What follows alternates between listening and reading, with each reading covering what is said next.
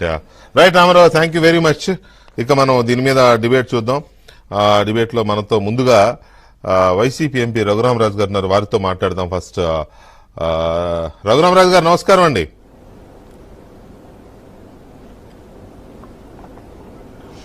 Good evening అండి విజయ్ గారు. నమస్కారం సార్.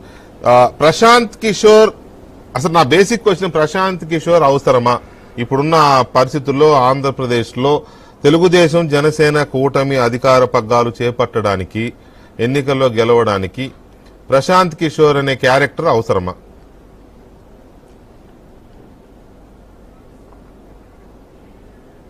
అంటే ఎన్నికల్లో విజయం సాధించటం అనేది స్పష్టం అయినప్పటికీ కూడా ఒక చక్కటి వ్యూహకర్త, అంటే అఫ్కోర్స్ చంద్రబాబు నాయుడు గారికి తెలియని వ్యూహాలు ఆయనకి ఎక్కువగా తెలుస్తాయని నేను సర్టిఫై చేయట్లేదు, కానీ ఒక వ్యూహకర్త ఉండటం మంచిదే.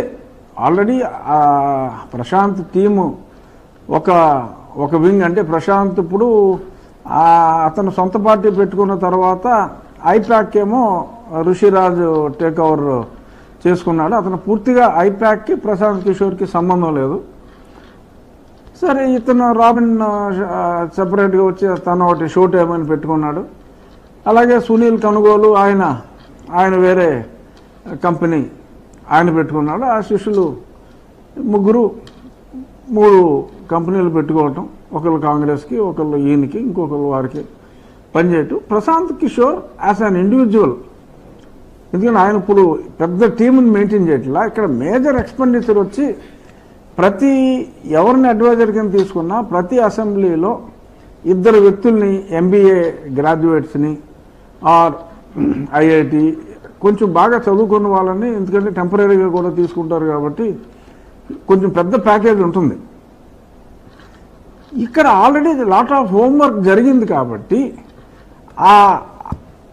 అదంతా చూసుకొని ఎక్కడ ఏ క్యాండిడేట్ అయితే బాగుంటుంది. ఎందుకంటే గతంలో ప్రతి ఊర్లోనూ ప్రశాంత్ కిషోర్ హెడ్ చేసినప్పుడు అతని దగ్గర పూర్తి ఇన్ఫర్మేషన్ కూడా ఉంది.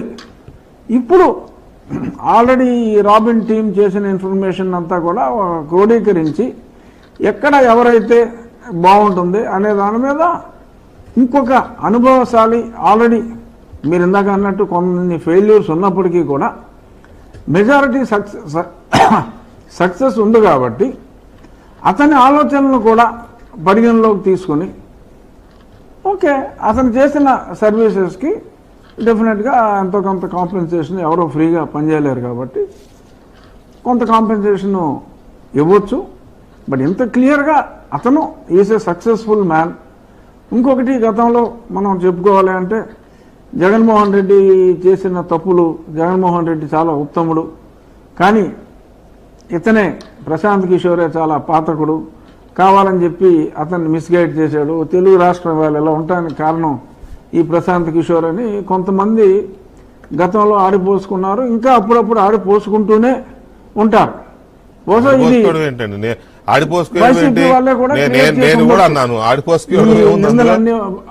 నేను కూడా విమర్శించాను. Still I have same opinion. అదే అవునండి, మీరు అదే అందుకనే మీకు ఒక ప్రశ్న వెంకటకృష్ణ గారు. సార్, ప్రశాంత్ కిషోర్ ఎన్నికల ముందు ఏం చెప్పాడండి? మద్య నిషేధం చేస్తాను, నేను 4 ఏళ్లలో పూర్తిగా చేయకపోతే ఓటు అడగనని చెప్పమన్నాడు. ఇతను చెప్పాడు. అవును, మద్య నిషేధం చేయొద్దు అని చెప్పి ఆ తర్వాత ప్రశాంత్ కిషోర్ ఇతనికి సలహాదారుడిగా పనిచేశాడా? చెప్పలా.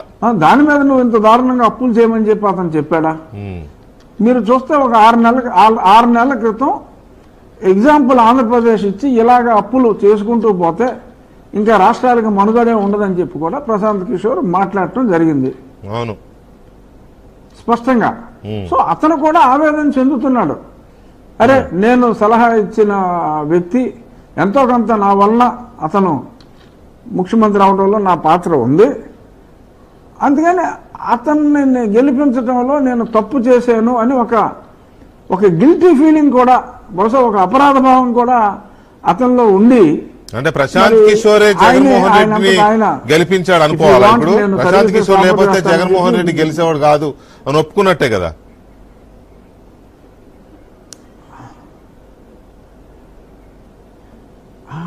అలాగని అంటలా, అతను సలహాదారుడుగా ఉన్నాడు. అతను సలహాదారుడుగా ఉన్నప్పుడు విజయం సాధించాడు.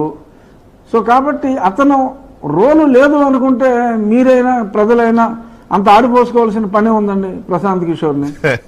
మీరు అతను పక్కన ఆడిపోసుకుంటారు, మళ్ళీ ప్రశాంత్ కిషోర్ లేకపోతే జగన్మోహన్ రెడ్డి గెలవలేడా అంటారు. ఏదో స్టాండ్ తీసుకోండి వెంకటకృష్ణ గారు, రెండు మీరే తీసేసుకుంటే ఎలా? స్టాండ్ అంటే సో, రాజు గారు పాత్ర ఉన్నమాట మీ